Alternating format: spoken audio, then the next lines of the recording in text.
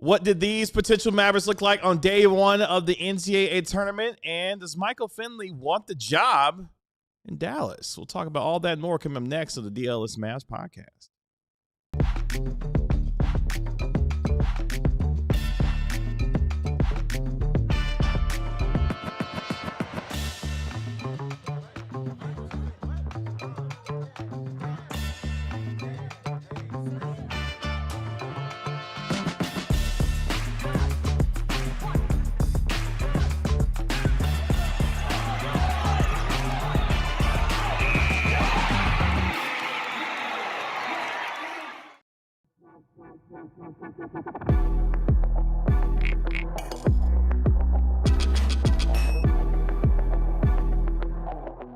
What's up? It's the DLLS Mavs podcast live in our downtown Dallas DLLS Sports Studios. Kevin Gray alongside our DLLS Mavs beat writer Ron Harrod Jr., our DLLS Mavs analyst Bobby Carella. We are DLLS Mavs, your favorite guys covering your favorite team as day two of the NCAA tournament is underway. Which potential Mavericks looked good, didn't look good on day one of the NCAA tournament? Does Michael Finley really want the job for the Mavericks GM position? Plus, yes, boys and girls, I'm not teasing you this time.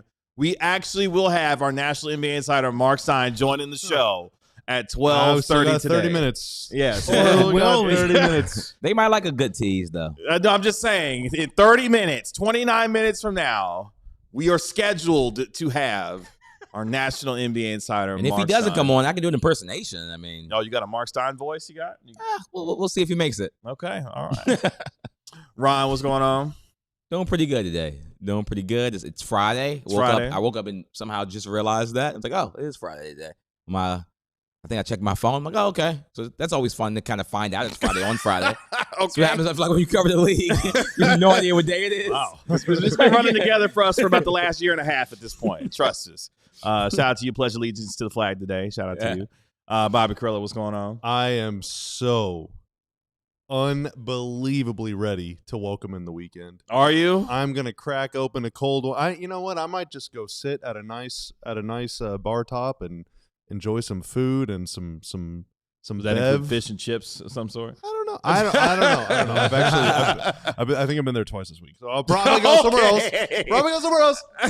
But I am fired up for the weekend. The sun is shining. Yeah, it is going to be way too hot tomorrow, but I'm excited. It is supposed to be in the 90s this weekend. In the 90s. Starting today, supposed to top out at around 90. It's supposed to be around 91, 92 tomorrow. So shout out to all of you who, hopefully are feeling better as the weather has hopefully improved for you. Just getting hot again just makes it even worse. Dude, It's like from right 56 now I to feel like it's 90. cold that outside. vitamin C, man. Yeah, I'm struggling. Oh, yeah? Struggling. I'm holding on for dear life. Well, hang in there. Hang in Trying. there. One of my favorite memes every weekend. I'm sure, Tanner, you've seen it too because we love the movies. Ladies and gentlemen, The Weekend. I use that one often. Do you use Daniel that one? Craig, yeah. Yeah, it's the Daniel Craig meme. I love that. It's absolutely appropriate. It's also a night of appropriate attire last night as the Mavs ball took place.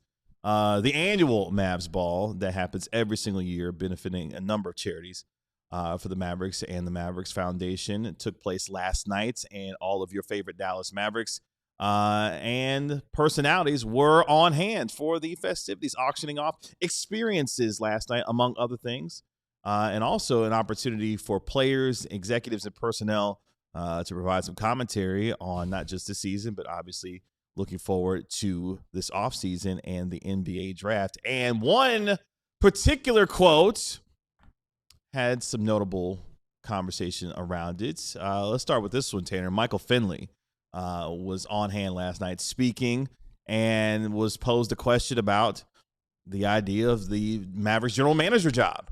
And is that what happened? You're reading them, right? I thought that's what we I thought you decided had the on. quote. Put it up. I thought you. Oh, no, it's fine. sorry. I can read it. Oh, wow.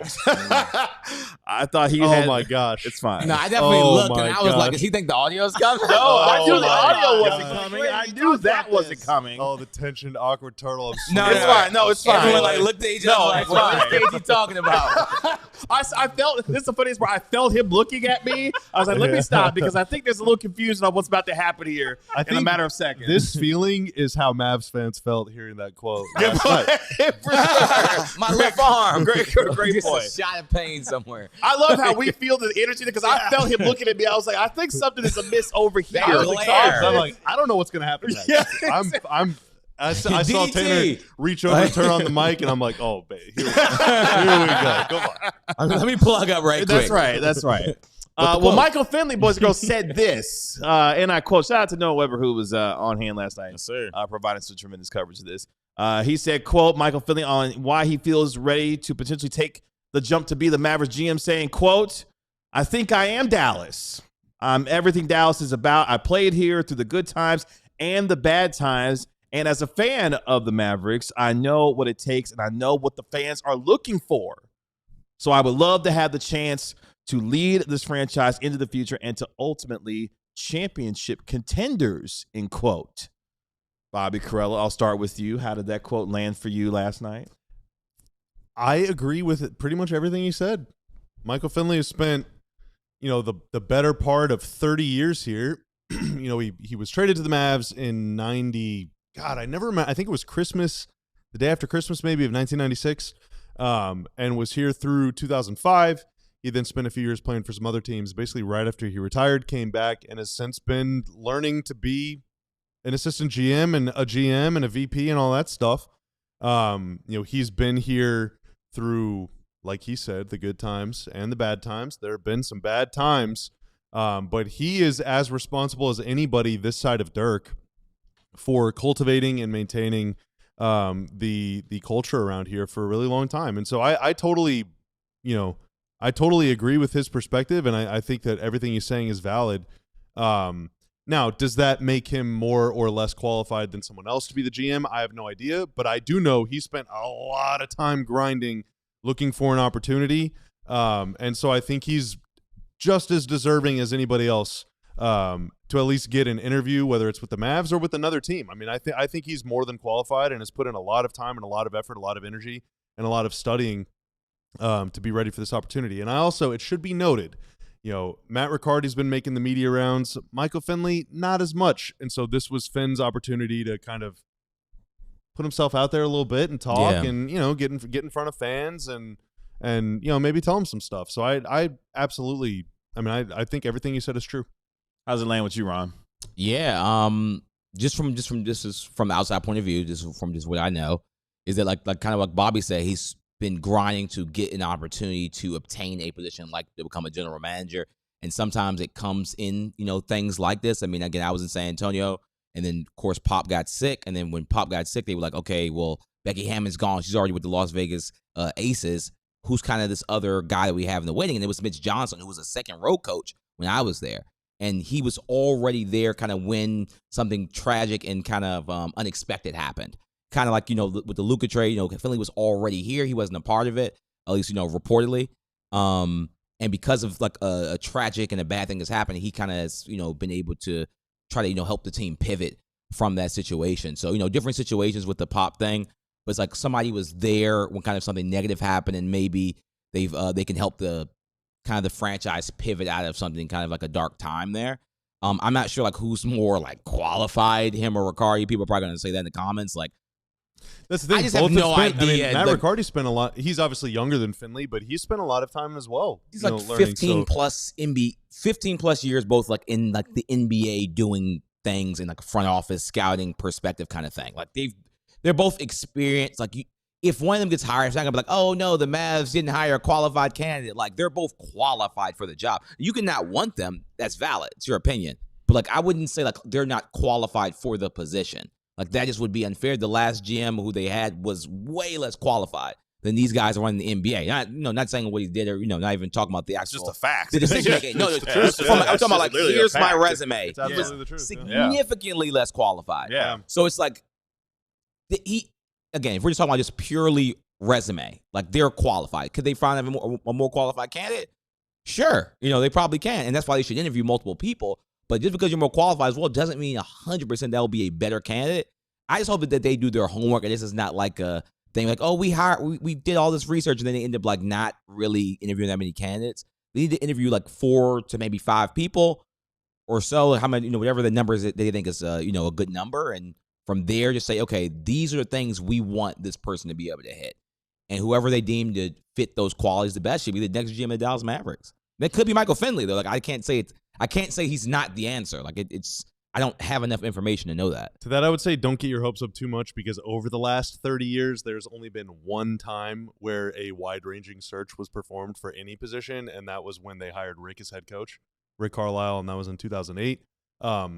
Every single head coach, now there haven't been many, but starting with Nelly, that was not a search. Nelly abruptly resigned and Avery Johnson took over. That was not a search. After Rick, J-Kidd took over. That wasn't really a search. True. The Wizards have done the same. Original GM was Nelly, and then Nelly left, and again, then Donnie became GM. That was not a search. Then when when Donnie left, Nico was hired, and depending on who you ask, that wasn't much of a search either. That's so right. I'm, as someone that's been around here a long time, I'm not really holding my breath for a 15 interview search. It's probably gonna be 1 or 2 guys, if I had to guess.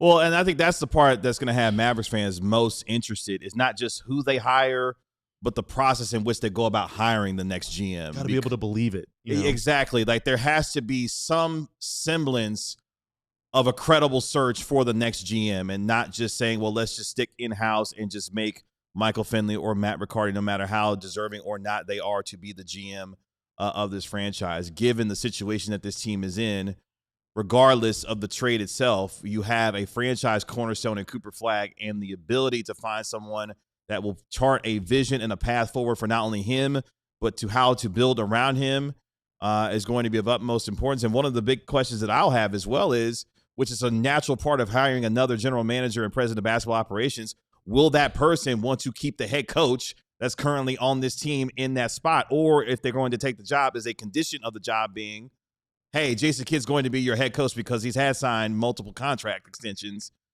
here in Dallas. So there's a lot of interesting elements, I think, for whomever the next GM is going to be about the vision that they want to, move forward with, and whom is going to be a part of that, because arguably this is going to be the most important hire that that Patrick Dumont is going to make. Oh, my God. Wait a minute. Yeah. Jump scare. Yeah, same. Bobby for GM. Trust me. No, none of you want that. None of you want that.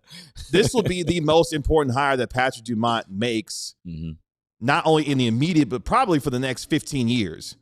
Because whomever he decides is going to run this franchise, that's who you got. Unless things just go, obviously, horribly wrong in a Cooper Flagg era. But, yeah, this is going to be the most important hire he has over the next 15 years. And I would say for Finley, I can't speak too much to Riccardi because he spent some time in other organizations. Mm-hmm. Now, Finley has really, as an executive, only been in Dallas. But I think that, some Mavs fans might say, okay, well, he would represent status quo, and to a degree, that's correct. I mean, Finley's been here for the better part of 30 years, like I just said. But, he has his own basketball sensibilities. It's not like everything that he's learned about basketball he learned from Don Nelson and Donnie Nelson. But, Finley played for Nelly, who was an absolute, pioneer in basketball philosophy, and then worked extensively with Donnie and with Mark Cuban, and got to know Dirk obviously very well, and played on some very futuristic,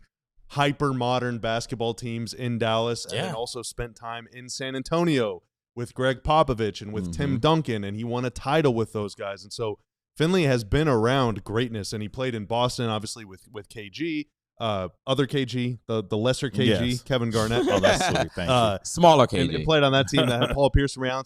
So he's played on a lot of the best teams and played against, obviously, some of the best players of all time. But, I think that he would be a blend of this kind of forward-thinking, super modern style, emphasis on international scouting, emphasis on trying to get the big fish and all that stuff from Nico, establishing a culture in the way that the Mavs, I think that he would have a represented kind of a nice blend of some of the strengths that the Mavs have had over the last 3 or so decades, while also implementing some of his own ideas. So I think it would be a really, really interesting hire. That said, I still would prefer a Masai kind of just proven superstar guy. I don't believe the Mavs are going to hire someone like that. So Could I interest you in a Dennis Lindsey? Yeah. Okay. I mean, is he just a status quo? Just to be from outside point of view, Well, he feels very like Finley. It would be pretty status quo as well. The right? reason why I use his name is that there's familiarity within the organization. Whether you look at Cuban or anyone in the organization, he worked here, but he also, if you want to really get down to brass tacks, who was actually, making some of these things happen from a deal perspective? Was it Nico, or was he getting some real assistance from Dennis Lindsey being able to help out, make some of this stuff happen? So, well, and I mean, he's built teams. Yes. The advantage that Lindsey has over Finley, obviously, is that he has the experience. He has the experience. Where does he work before this? He was with the Jazz. Yeah. Jazz. Okay, And then he okay. spent, obviously, a year He's or like two the Mitchell consulting. team, and And he's currently with Detroit right now. drafted Gobert. I mean, drafting Gobert and Mitchell, that alone is pretty that's impressive. pretty Yeah. good. Yeah. Mitchell was borderline lottery, and Gobert was Yeah. bottom of the first round, right? Yeah. Yeah, Mitchell was a sophomore. I don't even think he was like a true freshman coming out. So And he's currently working with Trajan Langdon in Detroit right now. they're doing some good stuff there. And they're doing some good stuff there in Granted, Detroit. now, I mean, He didn't build that team, we're though. glazing Lindsey here, but they already had all those players. Whenever Yeah, he showed up, true. He you know? didn't build the He didn't build that the, team the at all. Pistons. Yeah.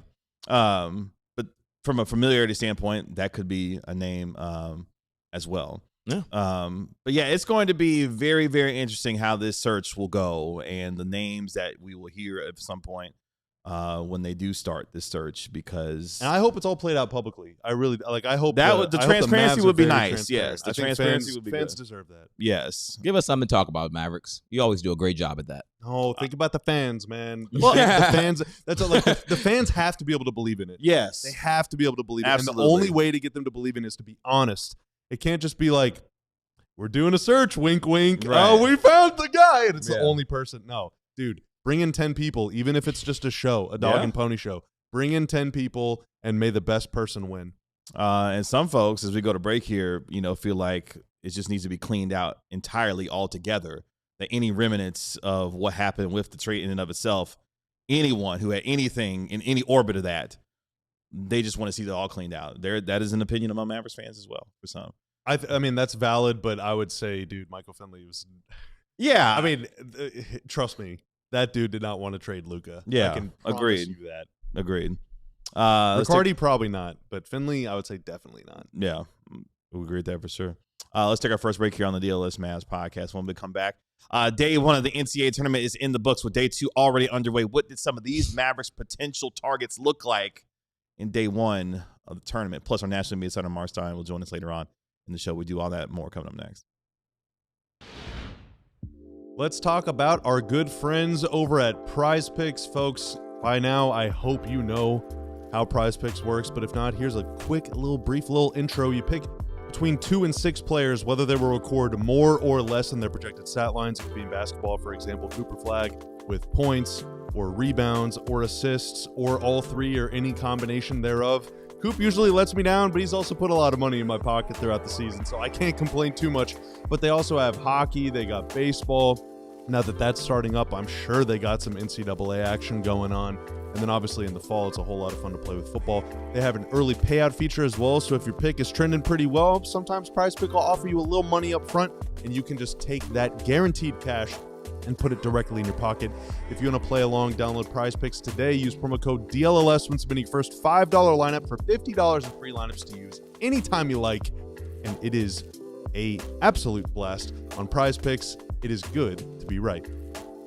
Also, let's talk about Sling. The basketball is basketballing. We got colleges playing all over the place. How about yesterday, High Point pulling off the upset? Chase Johnson absolutely caught fire. That coach was absolutely litty in there. It was incredible. And High Point is a 12 seed. Sling throughout the NCAA tournament is offering 1, 3, and 7-day pass subscriptions, so you can, if you don't have a way to watch the tournament, you can just sign up for Sling and catch all the action or as much as you can for those 1, 3, or 7 days. And if a 12 through 16 seed advances to the round of 16 in either the men's tournament or the women's tournament, which gets going very soon, well, everybody that purchases a pass sub will be able to get an additional 1-day pass for just $1. So if High Point wins again, or if any other underdog, Siena came so close yesterday, pulling off the upset against Duke. If any underdog advances again to the round of 16, then everyone who signs up gets a $1 sub. For more information, head to sling.com/underdog today. Hakeem. Shout out to Hakeem Olajuwon. 034 in the chat. Go Mavs. Yeah, dude. Right on. Shout out to Classic Stain Lover, who is celebrating 4 months of membership with us. Shout out to you. Yes, Classic sir. Stain Lover, a legend of the chat, a legend of the channel. He is. CSG. And drops in a $4.99 super chat. Luca likes Dennis, right? Talking about Dennis Lindsay. If so, I'll take that guy. Luca, come back. Classic, I got some news for you, buddy. That Project 2028 thing looking more grim and grim by the day. I don't know about that, but I would also say there's one person that Luca likes more than Dennis Lindsay, and his name is Michael Finley. That is true. That is very true. Because, Luca went off for 60 last night as they won their 8th straight game. Yeah, trust me. Classic State Lever comes back in with the $1.99 super chat. Respect. How good would Luca and Coop be together? It would be pretty nasty. Not quite as good as the pipe dreams we had of having Luca and Giannis together, because Coop just isn't Giannis level yet. Well, I mean, yeah, sure. Well, I'm saying yet, but like, let's you wave your magic wand and Luca is on the team next year with Coop. Like, you're probably winning 55 games. I'll tell you this, Coop was winning that Rookie of the Year if Luca was there. Oh, yeah. The other 50 numbers would be way up. If Coop, dude. With the Luca passes. Oh, my God. The easiest shots of his life. It's not even taking contested jumpers at that point. It's just like. He'd get 5 dunks a game. Dude, like. Coop he becomes like the best version. Luca like Coop's pick and roll with Coop as the screener. Oh, my God. Like right now we're getting Ryan Nimhard doing that. He's actually, that's somehow working like he's doing pretty solid. well. Yeah. So, like, imagine if Ryan Nimhard was a 6'7" Hall of Famer. All right. Luca screening for Coop and Coop screening for Luca would feed the generations. Like it would just be unstoppable. Little Luca flare screen. Like and ghost screen by Luca. Sprinkle Kyrie Irving in there. Exactly. Yeah. Oh my God, I'm feeling something again. And then the DHOs look a lot better. Brother. Instead of passing to Rui Hachimura in the corner, hey, there's Cooper over there. Yeah. Oh, there's Kyrie over there too. You don't got to hire Jay Triano to run that offense. We could run the offense if it was those exactly. Exactly. Jay be a head coach in a year or two after that offensive performance. By the way, we're going to get to who stood out during day one of the NCAA tournament to finish up our conversation in the last segment. Mavericks CEO Rick Welts on the idea that they are not in a rush to hire a new GM, and says that the Mavericks, quote, want to make the right decision. It's got to be somebody who's going to be guiding the basketball operation for the Mavericks for a long time, where he said, quote, there's no news to share on that right now, but hopefully before the draft, end quote. I would hope so. I mean, I would hope so, too. Yeah. That the Mavericks will have a GM and a president of basketball operations in before place. late June? Like goodness. Making a huge decision of like who to draft, top 10. Hopefully I'm not on We'll get to it, vacation. man. We'll Yeah, get to right. it. We'll get. I mean, if they get the number one pick, I mean, it might not be a hard job, but I'm just saying it is interesting that he Still did. tough. Still I tough. mean, then they better. Yeah. It would be a very hard job. And that's courtesy of Number one pick in this draft is spooky. Yes. Although Jake Fisher, I saw the tweet earlier, said like the AJ is becoming like the consensus according to his sources, I guess. Hey, So, very interesting article he had. We'll talk to Marc Stein coming up in our next segment. But yeah, courtesy of Noah Weber on that, on the Rick Welts quote that they hopefully want to hire one before the draft. Yeah. Awesome. Awesome. Do you, Awesome. man? That would be amazing. Because they'll have a chance to draft potentially a top 5 pick. And day one of the NCAA tournament already in the books. We saw some upsets. VCU taking out North Carolina yesterday. How about High Point taking out Wisconsin yesterday? Shout out the Big South, man. They sleep on the Big South. And They sleep on this, man. you know, we've already had some upsets already in this tournament. Did you see the best stat about that? The guy who hit the game winner, that was his only 2-pointer of the His year. His That's first 2-point bucket amazing. of the season. Amazing. That was very NCAA tournament, I feel. It's unbelievable. Very Jack Golke-like. In his 7th college season. That's right. He's been around for 100 years, and he finally made a 2-point 100 bucket. years. I saw A&M has a guy that's playing like center that's 25 too. It's I'm just like, good dude, God. college is that just the norm now? I like, guess. if someone is You a look teenager, huge. we're like, whoa, Yeah, he's that's a- unreal. This guy's college age? You mean how you're supposed to be? Oh No, my right. God. Shoot, now 17-year-olds are reclassifying and going as number 1 picks in the I mean, NBA draft. Jaxa Lindeborg is 24. Yeah, he's been around for a long time, too. He's What that are old. we doing, man? He's good though. And I know like a lot of these people are COVID era guys, and it's like, well, did you know that high schoolers in COVID didn't get a graduation? Like, I got we got that part. Yes, we get down. it. I understand. That sucks for you. Wow, it's tough. High school graduation was the highlight of my life, but it's just I hope that it swings back the other way at some point, where pretty much everyone in college is like not able to legally purchase alcohol. I think we're getting to the end of that point. I think it will get a little bit better. I think we're at the tail end of the COVID years where the guys who were, it's just scary to watch guys that look older than me play college. It's the medical red shirts too, plus the COVID years. So it's the COVID years plus the red shirt years. Yeah. It's like we're getting to the tail end. And now the JUCO years don't count. Remember, so you go JUCO route, you can also be old. So anyway. Well, let's get to it. Who stood out in day one of the NCAA tournament? Siena gave Duke all they could handle more yesterday, nearly scaring Duke into a 16-1 upset. But Cameron Boozer, and more importantly, his brother Caden, who actually I thought played better than Cam yesterday, helped Duke escape with a win to move on to the second round. So, gentlemen, I saw that you all were doing the incredible watch along with our girl Katya. It was fun. It was so much fun. What stood out from day one of the NCAA tournament as far as potential Mavs prospects and draft picks? I always think it's always fun when like the 16 seeds like at least pushing the one. When I had a feeling that Dybantsa might lose, I was like, okay, I hope Duke doesn't also go out, because that would not be fun if two of the top three picks were out in the first round of March Madness. I would like to see them, like I watched Coop last year dance all the way to the Final Four.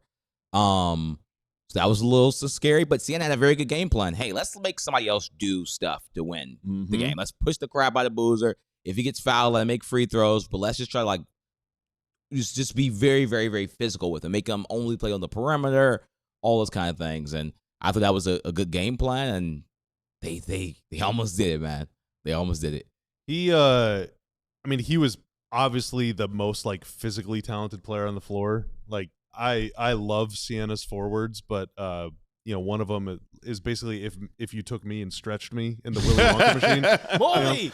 And Boozer, my guy Riley Mulvey, but Boozer was just able to overpower those guys on the boards, and despite them swarming him, he was still able, like the optimist perspective from his performance is that he was still able to find a way to impact the game. Because in the second half, he was grabbing every single miss that Duke had. And they were missing a lot of shots. Yes. So we got a lot of offensive rebounds. He tapped out a lot of balls, kept a lot of balls alive.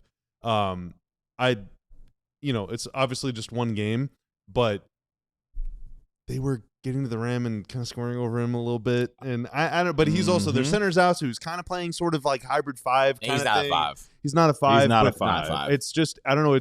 He's a really interesting case because he's definitely power forward size, but probably the mobility of a five, but definitely can't play five.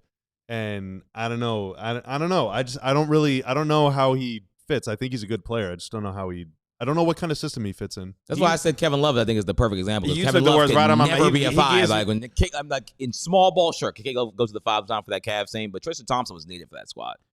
Period. They don't win a title without Tristan Thompson. Not saying he's a max caliber player, but Tristan Thompson's ability to do those things. I don't want to draft Tristan Thompson number 1 overall. Kevin Love number 1 overall. No, I'm saying he's Kevin Love. I wouldn't mind. You need Tristan. They needed Tristan Thompson. Yeah. Not that he's the Kevin Love in this situation, but they need Tristan Thompson, who might be Derek Lively, by the way. Like that, you might already have him in house. Like you might already have your version of Tristan Thompson. It's too soon, man. So I'm just like what Tristan Thompson was able to do. He was switching on Steph Curry in those plays. Like they don't win the finals without Tristan Thompson being able to do that. Yeah, Lively got to stay healthy though. But I think you took the words right out of my mouth. I thought I saw a young, souped up Kevin Love yesterday. Athleticism didn't necessarily overwhelm me watching him play against Siena, but that's not necessarily going to be a hallmark of his game, really. Anyway, from athletic standpoint, he's not athletic. He's not vertical. Every single rebound requires athleticism. Yeah, he's just not. I'm talking about like lateral quickness. Like it felt like he was a little slow. But I see what you mean, though, Bobby. If you can't switch, that's an issue. Like these are real, real potential shortcomings. But if he's on a team where he's surrounded by defenders, then it's less. He's probably Julius Randle on defense. If people want I know people like comp. People want to like, I want to see this work.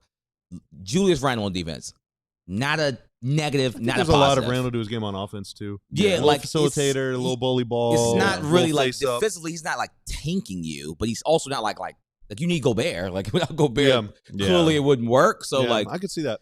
But Randle, like Boozer, is a 4 only.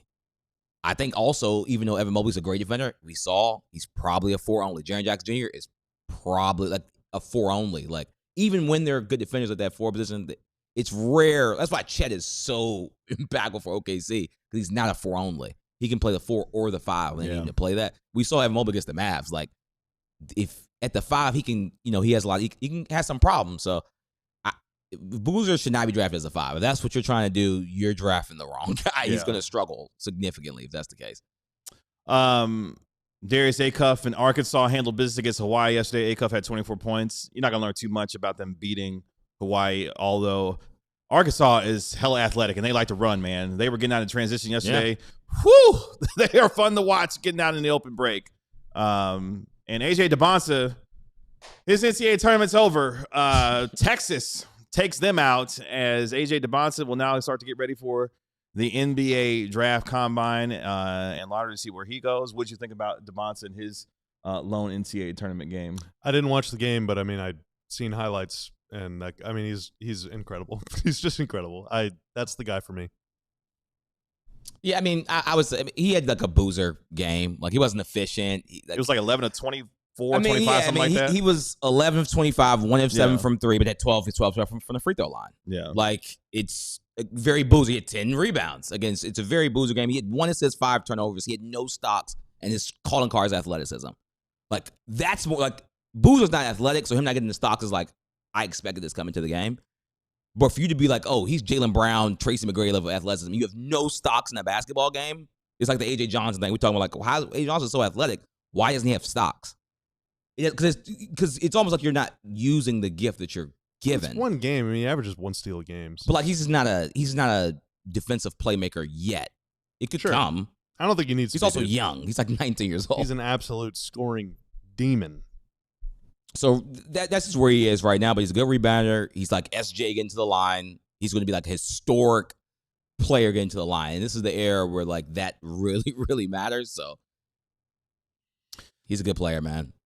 Keaton Wagner, Illinois, they move on as well as day 2 is already underway. We're going to have a really unique watch-along this weekend as the Mavericks take on the Clippers tomorrow with our pregame beginning at 6:45. We're going to be watching some NCAA tournament games. Speaking of Keaton Wagner, Tyler Tanner of Vanderbilt as Vandy moved on, as well Darius Acuff and Arkansas. We mentioned how they moved on. Yes, Arkansas versus High Point should be an entertaining matchup.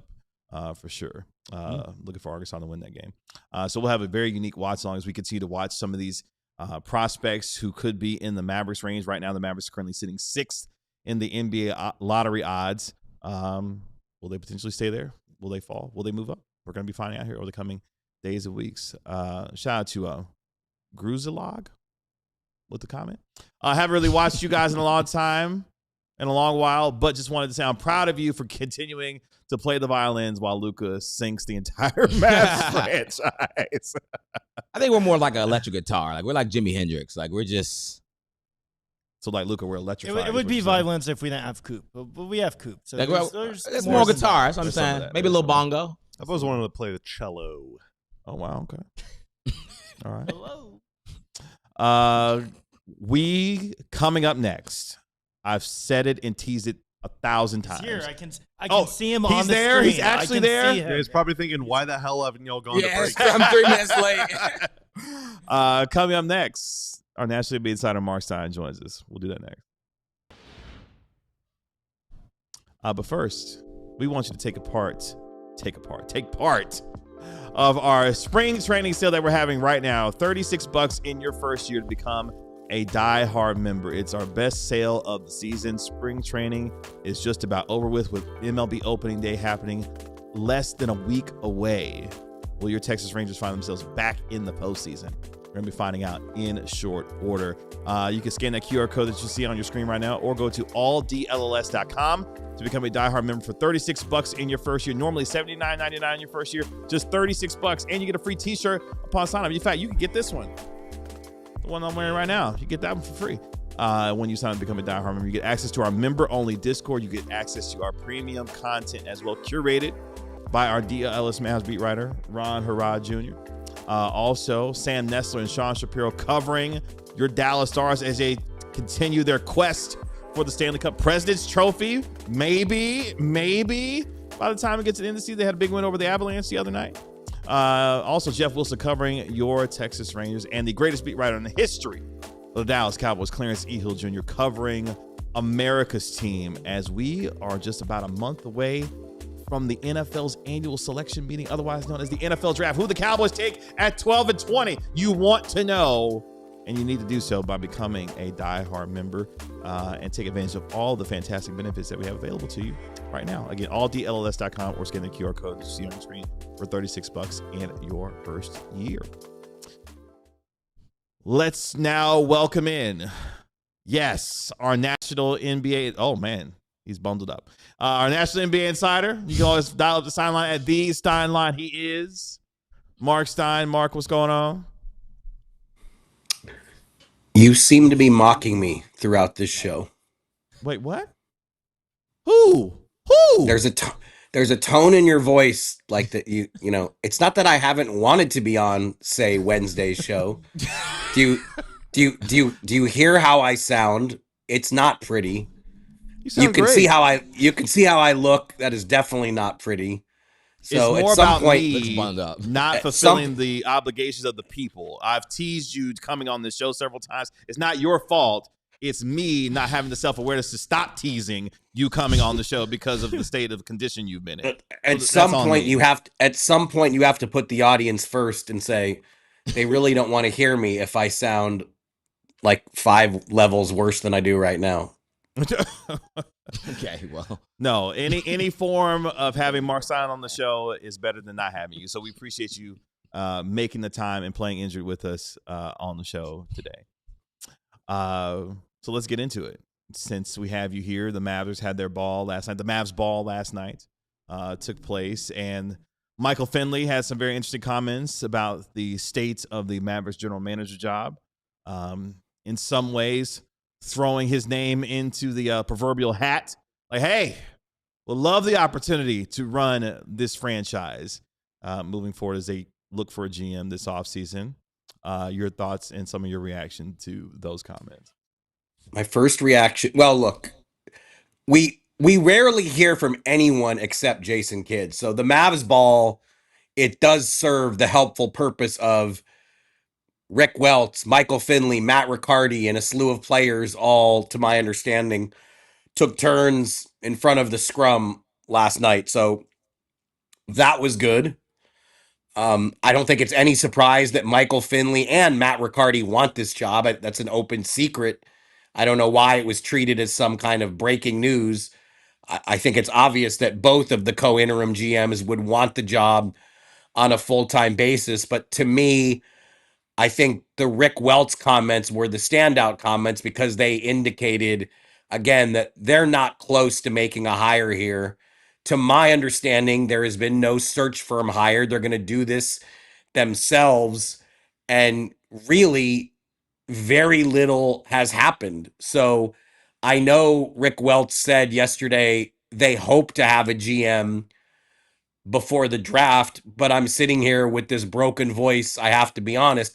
It would not shock me if that doesn't happen, because let's just play a game. This is pretend. What? Okay, all right, Wait, all right, hold all right, on. all right, Stop all right, right all there. all right, Yeah, all stop right. right there. Go How ahead, is Bobby. that even possible? Yeah, what? How is that even possible? draft. Well, I'm going to explain it. Let's just say this is a hypothetical, okay? This is not reporting. This is purely a hypothetical. I think what little data we have on Patrick Dumont is when he hired Rick Welts as a CEO, he went after the most decorated CEO he could find and just kept pursuing him and pursuing him and pursuing him and got him out of retirement. If that is really the only data we have in terms of a Patrick Dumont hire, my read from that is that given his druthers, and now here my voice goes, given his druthers, I would imagine that Patrick Dumont wants to hire an established, quote, name GM. No, this is a hypothetical. I'm going to work with the most unattainable name there is. But just to give you an example, let's say, this is again hypothetical. This is not reporting. This is just, we're playing a game. Let's say Patrick Dumont says, you know what? I am going to go all out to try to convince Sam Presti to leave the Thunder. and I will spend whatever it takes to try to get him away. When could that conversation even begin to happen? The Mavs wouldn't even be able to request permission until the Thunder season is over. So if there are other candidates within the league with playoff teams who the Mavericks are interested in, they can't even go after them until their seasons are over, and there's no guarantee that permission would be granted anyway. I'm just using that as an example to say I would not be surprised if a search takes longer than what day is the draft? June 20 what? Bobby, what day is the draft? 4th or June 24th, I think. Yeah. June 23rd, Late June. maybe, something like that. It's not like we can't look it up. So The look, problem though, Mark, I mean, I'm trying to be a stand-in for Mavs fans here. So the Mavs are going to have a top 10 pick. They might even have a top 4 pick. They might even have the number 1 pick. Free agency starts 1 week after the draft, or even less. I forget. The Mavs also have what will be the 30th overall pick, and they're going to have another second-round pick. You got to sign two-way guys. There's a lot of very important, meaningful decisions that will have huge impacts on the future. I just would be stunned if they had an interim GM who knew that he was not going to have that job a week from now make the most consequential decision of the next 5 years. You know what I mean? I'm not disagreeing with you. And obviously, I'm not trying to sit here and suggest that I think that would be ideal to not have a GM. I just think the possibility has to be considered that this is going to take longer than they think, because I can't believe we're almost through March and really the search hasn't even begun. Now, Masai Ujiri, whose name I think Bobby threw out in an earlier segment, he's totally available. So if they were interested in him, he's someone they could have gone after without having to wait. To this point, I have to say, I have not heard much to support the notion that he's in their thinking. Now, they have, I will say, kept this very close to the vest. But I think if you really look at what Rick Welch said last night, this thing hasn't gotten that far. And Matt Riccardi and Michael Finley made a trade at the trade deadline that ownership seems happy with. So I'm sure they can try to talk themselves into the idea that if we have to keep the interim structure through the draft, that's something that is an option. But again, we really haven't heard many names. I mean, who are they trying to get? Bob Myers? Like, what name GM with that kind of experience is available who's not currently on a team? But that's what I'm saying. I think they're going to be looking at names who are with teams, and that you can't do that in season. Mark, what are the rules for I'll pretend that you didn't even say Sam Presti, but if there is a GM of another team that the Mavs want to interview, you can request permission today. There's no rule, but do you have to trade for them, or can you just hire that? How does that work? Well, yes, if they're under contract, that the team could demand compensation, but it is customary. It's not a written in stone rule. But let's just say again, Patrick Dumont says, I'm going to offer $50 million to Sam Presti for what, I'm going to pay him $50 million a year. This is all hypothetical. You would not make that request until after the season. You wouldn't do it in season. Now, are back channel discussions possible, frequent, common? Yes. So apologies, guys. Sorry. I can't avoid it.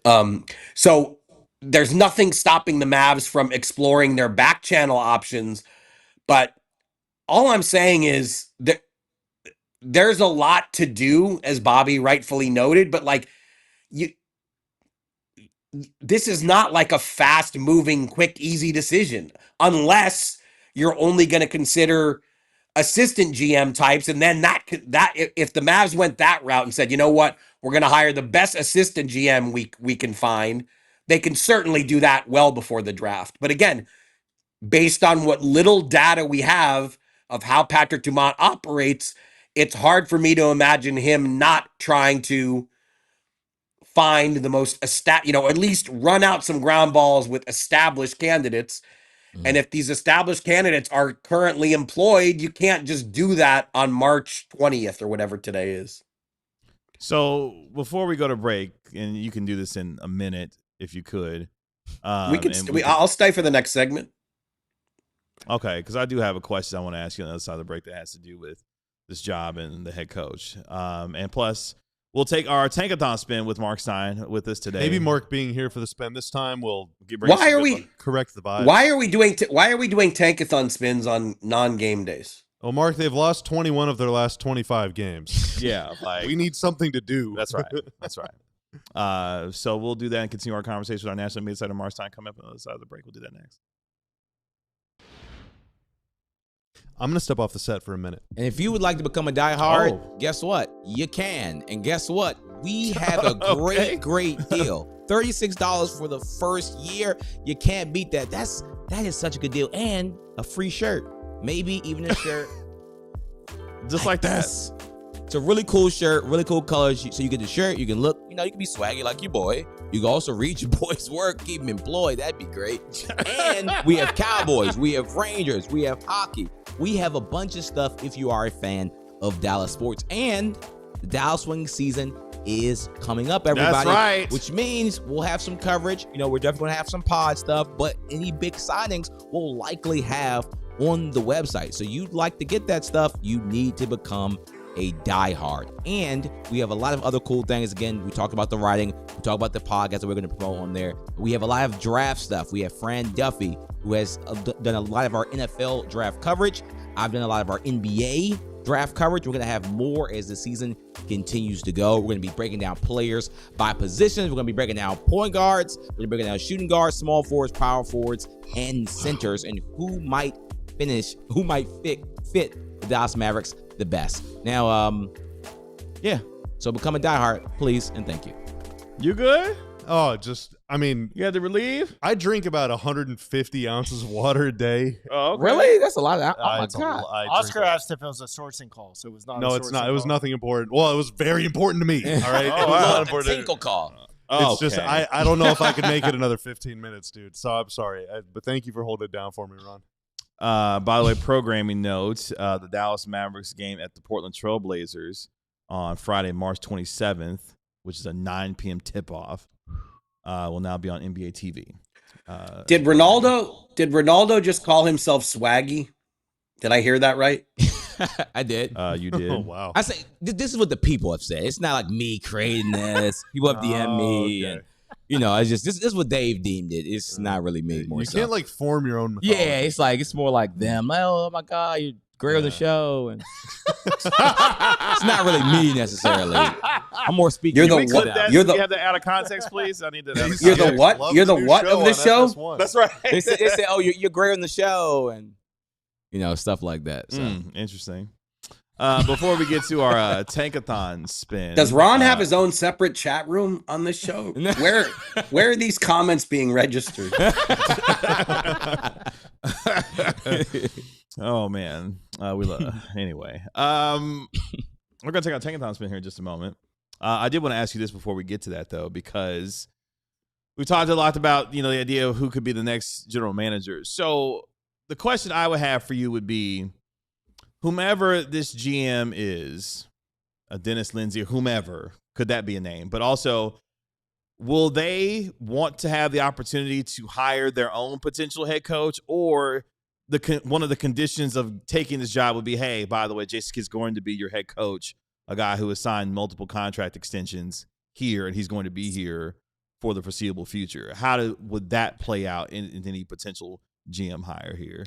Based on my understanding, the Mavericks will be looking for a GM to work alongside Jason Kidd, who, as you noted, his contract has been extended the past 2 summers, and he has forged a very strong year-one relationship with Cooper Flagg.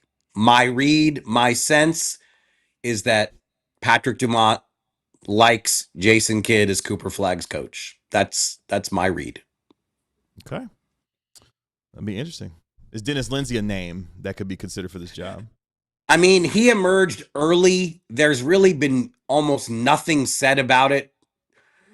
I think Nico was dismissed on November 11th. We're more than 4 months removed from that.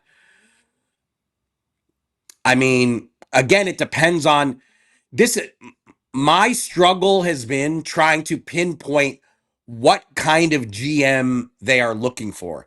Dennis Lindsay ran his own front office in Utah, but he is currently in the assistant GM genre. So are they open to assistant GMs from other teams, or do they want to get the most established, proven GM that they can hire, like the Rick Welts hire?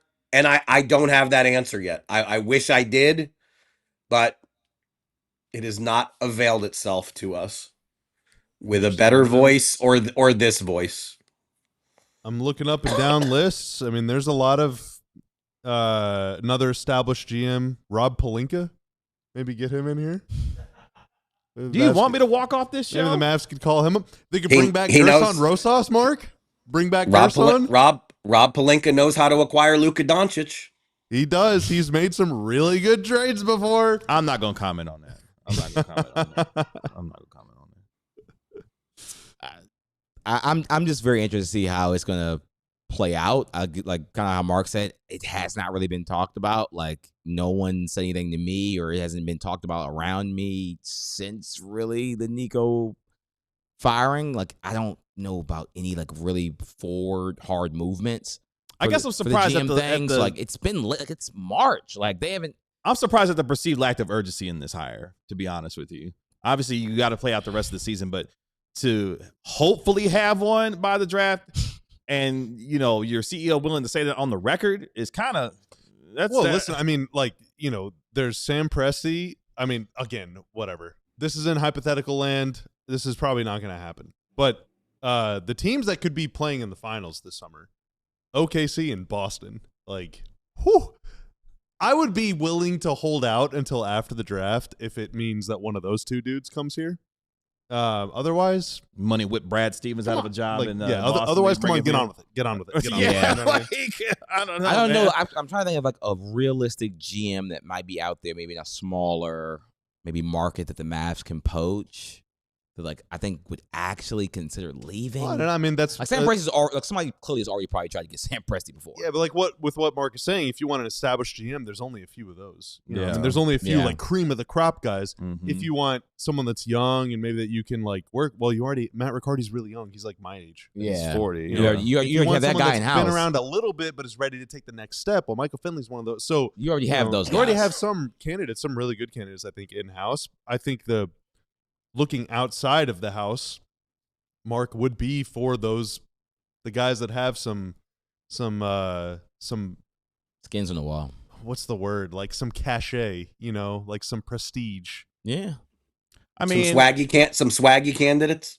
That's right. Is Brad Stevens swaggy? I don't know. He's like the honestly, nerd swaggy. The name I keep coming back to that kind of fits all that criteria that, has some connection because he is the CEO here. Like, call Bob Myers to see how much he's willing to take the job here. I know he's got a nice job that he's doing some interesting work. He's with Philadelphia, isn't he? Or he's running their conglomerate of, franchises and stuff like that. But I'd make the call just to see how much it would take for him to take this job. If money is no object and there's no salary cap on hiring personnel, if they're really willing to put let me just throw that in. We don't know that money is no object. It's assumed. But we really don't know. Yes. Right. We don't know how far. Like I said, the Presti thing, I just use that as a hypothetical just to explain the point I'm trying to make.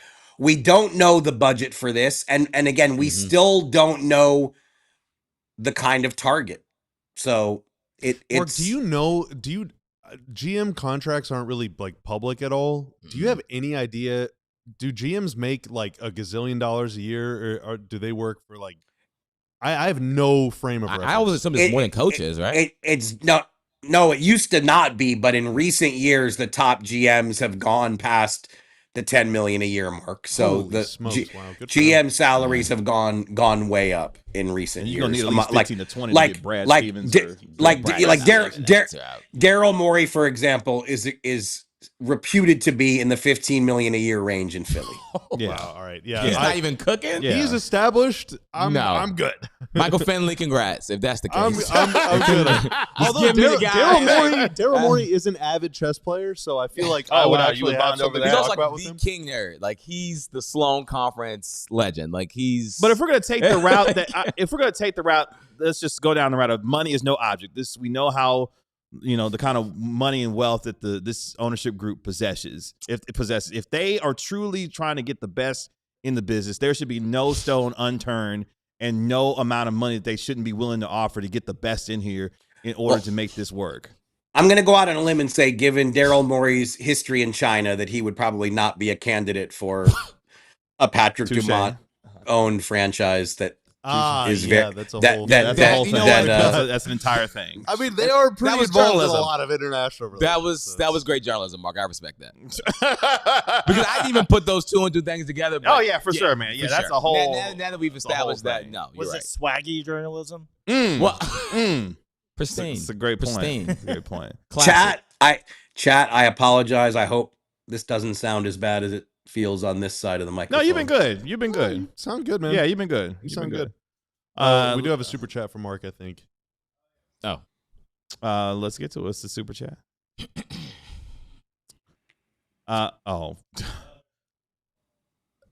yeah, that one. We can do that one. Oh, wow. We can read the Okay. first one. I'm Little getting teasing. excited, guys. I'm getting Stop. excited, guys. and then classic steak lover with the I follow-up. can't see Mark, it, so I can't see it. So I in 2028. Now I don't know. Maybe the artist is a typo, but It's not. classic steak lover says I'm coming home. So the Luka dream is still alive, or after he scored 60, should we just give it up? Should we let it go? I mean, I'm not saying let it go because no one's gonna let it go, but I wouldn't be waiting at DFW airport either. I mean, you'd be waiting there for Well, yeah, like 3 days. he's gonna fly. He's gonna fly private into left field. he is he has just been so good. It's like a couple of weeks. The way the conversation, the things people were saying this month were so dumb. Like I couldn't believe the stuff that was just flying around on TV every single day. And like I just love that he didn't say a word. Yeah. He just said, "You know what? I'm going to be the best player in the world this month. Bye guys, have fun. eat my smoke." And he's just been like he has I just feel like you been wanted to say something so else there, but it's a family show, so thank you. he has been so good. Like, I mean, did people forget the state of the 2021-22 Mavericks that he hauled to the conference finals? Yeah. Trust me, I've said that plenty of Maxi times. Kleber. Brother, with all due respect to Dwight Powell, he had him. Maxi. As We a love starting Dwight center, Powell. We love Dwight Powell. We love and Dwight we love Powell. Reggie. And we love Reggie Bullock. But Yeah. those were his. That was a good run. by Those were Reggie. the front. Those were the front court starters That's throughout right. that whole run. That's Reggie right. Bullock played almost 40 minutes a game. That's Dwight right. Powell started every game in the playoffs at center. He took that team to the Final Four. That's right. I mean, he still doesn't have a good team around him. Like, they're gonna finally get cap space this summer and actually build a Luka-esque roster around him. I mean, Well, we'll see. Bob Myers. We'll see. They might try. if the Lakers had half the roster OKC has, where would they be? number one in the West. I mean, maybe not, but they'd be a real title contender. I mean, Yeah, it's The real- last time that he real was contender. on a team that had half the team of OKC, he beat OKC. He beat and went to the OKC. finals. Yeah, like he literally beat OKC along with Kyrie. Irving. unbelievable. This is But yeah, I mean, I'm not going to say abandon the dream because everybody who has anything to do with this show has that dream. But like I said, don't wait at either airport. I'm afraid. I mean, it's flipped up with LeBron deciding to play the superstar role player Well, then thing. I'll wait at Addison Airport. No, okay. McKinney has a private. I'll be up there too. I go up there every now and then. But yeah, rest in peace to the terminals across America right now because yikes. It's nuts right now. Let's take our Tankathon spin. Mavericks 6 in the lottery odds as of today. They are a game and a half clear over the streaky New Orleans Pelicans who beat Huge. the Clippers not once but twice. in sweeping their baseball series with them. Utah beat down the beleaguered Bucks last night, who are just in an absolute disarray. The only thing standing between the Mavs and the 5th pick right now is Chris Middleton. So the Mavericks are 2 games behind the Jazz. And yes, as Bobby eloquently pointed out the other day, if the Mavericks had lost Stein, you're on the air. You are on I know. the air. Take you off. Oh, okay. Oh, okay. Respect. If the Mavericks had lost to the Cavs and the Grizzlies, they would be tied right now with the Utah Jazz. But Chris Middleton, they're 30-game not. losing streak. You get to blame James Harden and PJ Washington for that too in that Cavs game. Blame them for that. So Stein, would you like to count us down or save the rest of your voice for tomorrow? No, you guys count it out. All right. This is spin number 42. We're doing this one for you, Maxi Kleba. This is for 2022, man. All right, here we go. Here we go, Tanner. In 3, 2, 1. Here we go. Come on, Maxi. Okay. I mean, they stayed the same. They stayed. They That's a stayed. win. a boring. Yeah, that's a win. Yeah, this is a really uneventful Tankathon spin. So the Pacers win at number 1. They take Yeah. AJ Dybantsa. Darren Peterson goes number 2 to Sacramento Kings. Cameron Boozer goes number 3 to Brooklyn. Caleb Wilson goes number 4 to the The only team that falls is my Washington Wizards. Like nothing happened. This is Yeah, it's why, pretty much like, stayed the same. Kingston Fleming goes 5. Like Wow. they need another guard. Actually, that might be kind of fun there. In Utah, 2 and guard. Keaton Wagler Guard. goes number 6 to the Dallas Mavericks. I mean, listen, I'll take the 6th I pick. could go with it. And Yeah. here's the dill pickle. This is spin number 42, and the Mavs have only stayed the same 7 times. Oh wow. So this is a rarity. Yeah, I don't mind this one. I don't mind this one at all. Yeah, I think it's good. I think it's fine. I mean, listen, I'd be thrilled with the 6th pick. Yeah, man. I'd be more thrilled with the 1st pick, but I'd be thrilled to Yeah. stand at 6. Yeah. What And time in is this tomorrow's scenario, game? Only 2 West teams pick out of the Mavs, and one of them is the Kings, so they barely even count as a team. Oh, So wow. this is pretty good. Tomorrow's game will tip off at 7:30, which means our pregame show will be at 6:45 p.m.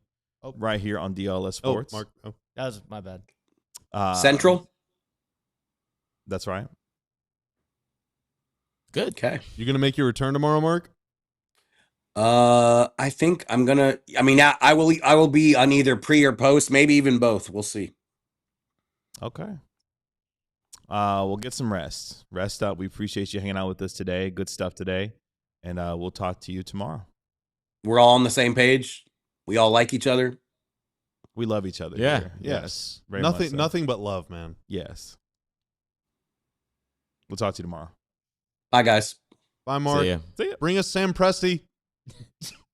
That's how you send them off to the wind. Right. He's like, I can't answer. All right. Appreciate our Tanner making us look good and sound good as always. Thank you, sir. Thank you to all of you for joining us here on the DLLS Mavs podcast. Again, we are back tomorrow as the Mavericks take on Kawhi Leonard and the Los Angeles Clippers. Tip off at 7:30. Our pregame show will begin at 6:45 p.m. right here on DLLS Sports. That is our DLS Mavs analyst Bobby Curl. That's our DLS Mavs beat writer Ron Herrod Jr. I'm your man Kevin Gray. Pay Bob Myers $20 million to become the GM here. Pay Brad Stevens $25 million. Or do that. Hey, Would you Ronald. rather have Brad Stevens or Giannis? Brad Brad Stevens. Stevens. Not even close for me. Like, not Yeah. even a conversation. Like, Yeah. by far, Brad. Yeah, I'm over the like you. I'm over the. I'd rather live in I'm Los over- Angeles I'm or over it. Cleveland. That's what you asked me. That's how, Wow. that's how I felt. Yeah, give me to Hollywood, baby. Because you know what Brad Stevens will do? He'll find me the next one. He'll find me. And you that's always what talk about being the ahead of the team. Pelicans. We're The out next here. one is on your Yeah. team. Yeah, that's what I'm saying. Like he'll find me someone to go with that. If Giannis came to the Mavs, would you unmute his name from X? Yes. Or how? Honestly, I don't know. Oh, okay. I'd probably. Oh, Yeah, come with on. Caitlin Yes, Martin. you would. Yes, you would. No, I No. don't know. I don't know. We'll see. We'll see. We'd need to have a closed door meeting and We'll- talk we'll about see it. when- We need to hash it out. See, figure some things out. So I heard that the mass media We'll is talk funny. to y'all tomorrow at 6:45. Y'all be good. Peace. We all silly like the mayor.